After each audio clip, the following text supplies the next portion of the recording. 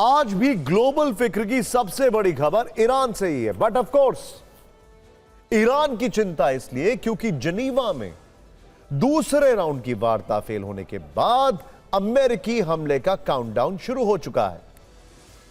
पश्चिम Asia में तैयारी देखकर यह यकीनन कहा जा सकता है, जमीन, आसमान और समंदर से अमेरिका की सैन्य तैयारी काफी जबरदस्त है। अमेरिका ने तो यह भी कह दिया है कि ईरान ने समझौता ना करके लाल रेखा को पार किया है। समंदर में युद्ध के बवंडर की हलचल दिख रही है। इस बीच ईरान ने भी अमेरिका को विस्फोटक जवाब देने की तैयारी कर ली है। मिसाइल ड्रोन की मूवमेंट के साथ इस बार ट्रंप की चिंता बढ़ाने वाला एक प्रोपेगेंडा वीडियो जारी किया है, जिसमें अमेरिका के दुस्साहस पर तेहरान का जवाब दिखाया गया है। लेकिन सबसे पहले बात अमेरिकी सेना के मेगा वॉर प्लान की। इसके बाद ईरान और अमेरिका में छिड़ी जुबानी जंग का वो स्क्रीन प्ले भी दिखाएंगे जिसमें युद्ध के प्रबल संकेत मिलने लगे हैं। जानकारी यह है कि अमेरिका ईरान पर आसमान से हमला करने के लिए अपनी योजना को लॉक कर चुका है।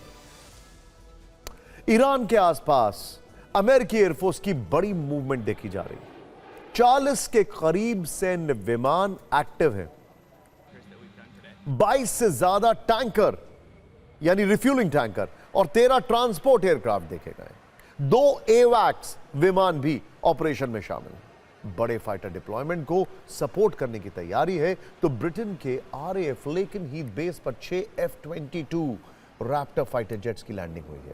वर्जीनिया के लैंगली एयरबेस से सभी ने उड़ान भरी थी। F-22 का दूसरा ग्रुप भी जल्दी लेकिन हीथ बेस पर आने वाला है। अमेरिका की कुल 12 F-22 की तैनाती की योजना है, लेकिन हीथ बेस से पश्चिमी एशिया की ओर F-22 रैप्टर की इस फ्लीट की उड़ान जल्द हो सकती है। F-22 रैप्टर स्टील्थ तकनीक से लैस है। अमेरिका का सबसे फाइनेस्ट एयरक्राफ्ट है। रेडार की पकड़ में ना आने वाला फाइटर जेट है। ये वो विमान है जो अमेरिका किसी को नहीं भेजता है।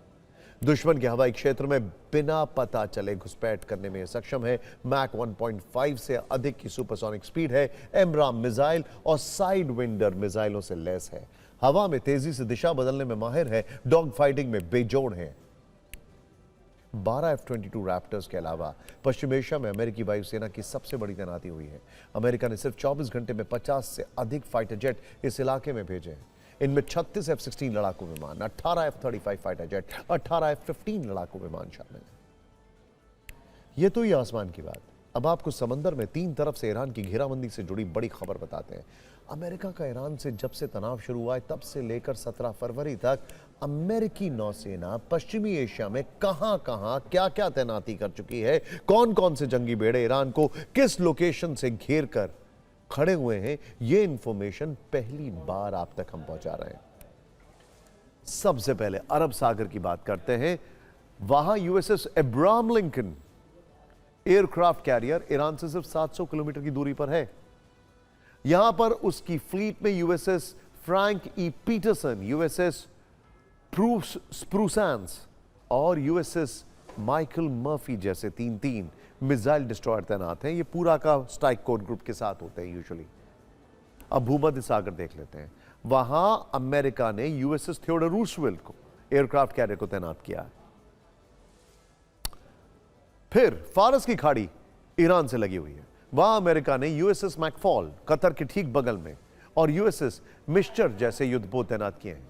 लाल सागर में देखें तो वहां यूएसएस डेलबर्ट डी ब्लैक नाम का युद्धपोत है। इसके अलावा ईरान के नजदीक ही कहीं अनजान लोकेशन पर ओहायो क्लास न्यूक्लियर सबमरीन का डिप्लॉयमेंट भी है जो किसी को नहीं पता है।